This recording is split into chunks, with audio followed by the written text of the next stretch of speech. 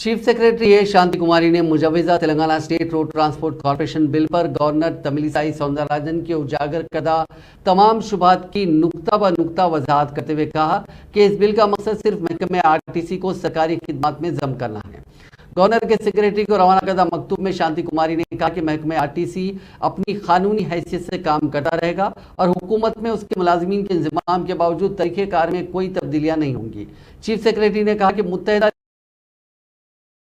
और मरकजी हुकूमतों की हिस्सेदारी बिल तरतीब 140 करोड़ 20 लाख और 61 करोड़ 7 लाख थी। इंतजाम के बावजूद कॉर्पोरेशन का बोर्ड आरटीसी एक्ट 1950 के तहत काम करेगा, जो इक्विटी, कर्ज, ग्रांट और हुकूमत हिंद की दूसरी इमदाद के साथ मुतालिका मामलों की निगरानी करेगा। इस वजह से उन उमूर की तफसीलात को बिल में शामिल नहीं किया गया। उन्होंने कहा कि तकसीम के मसाइल तक कॉर्पोरेशन तब्दील नहीं होगा।